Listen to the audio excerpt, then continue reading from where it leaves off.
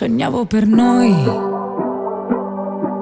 una vita come tanti, uscire fuori con il freddo e darti il mio cappotto nero che dà un tocco di mistero alla tua malinconia.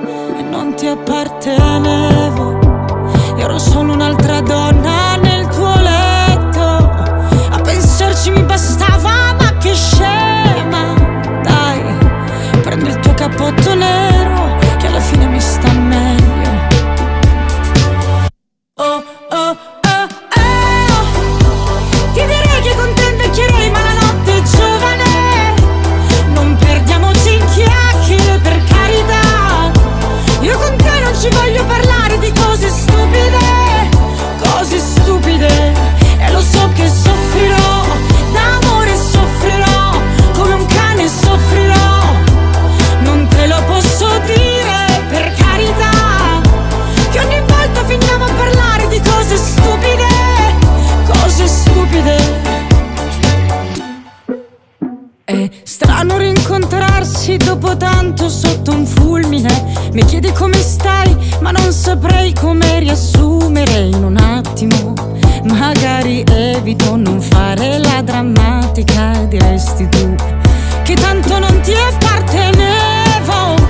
Ero solo un'altra donna nel tuo letto. Ti prego non mi dire non è vero. No, non siamo mai stati male, non siamo mai stati meglio e tu lo sai. Oh, oh, oh, oh. Ti direi che con te invecchierei, ma la notte è giovane.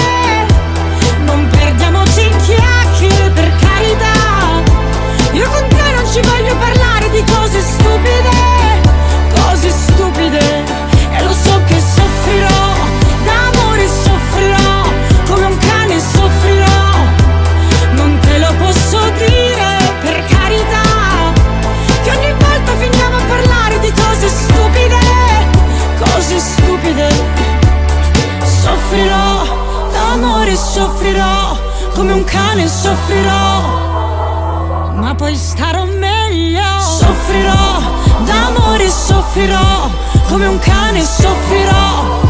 Ma ti importa no se un giorno ancora soffrirò, d'amore soffrirò, come un cane soffrirò.